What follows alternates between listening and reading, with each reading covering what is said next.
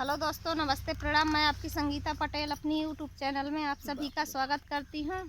संगीता देहाती लोकगीत चैनल में। और बहुत ही प्यारा सोहर पर का उठान गीत है। उठान गीत कैसे लगे कमेंट में ज़रूर बताना। ननद भाभी का उठान गीत, नोक झोंक उठान गीत। ननद जी ने आवे मोरे अंगने में, ननद जी ने आवे मोरे अंगने में, ननद जो आई है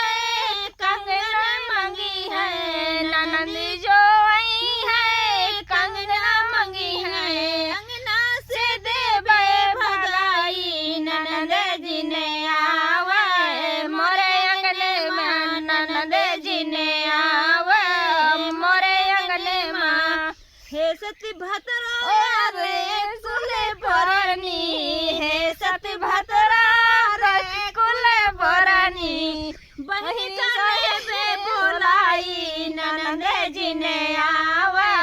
मोरे अंगन में, ननद जी ने आवे मोरे अंगन में, झुमका गढ़ाई बे कंगनवा गढ़ाई बे, झुमका गढ़ाई बे बहन करे बे बोलाई, बहन मोर आई है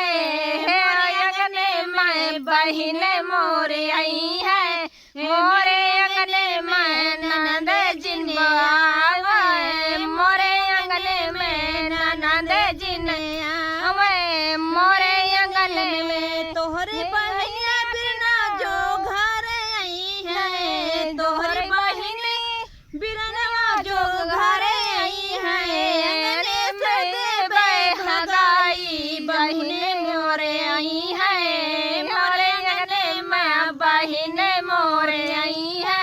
मोरे अंगने में, ननद बने आवा मोरे अंगने में, ननद जी ने आवा मोरे अंगने में, पैया तोरे लागा लहुरा देवरवा, पैया तोरे लागा लहुरा देवरवा, पैया तोरे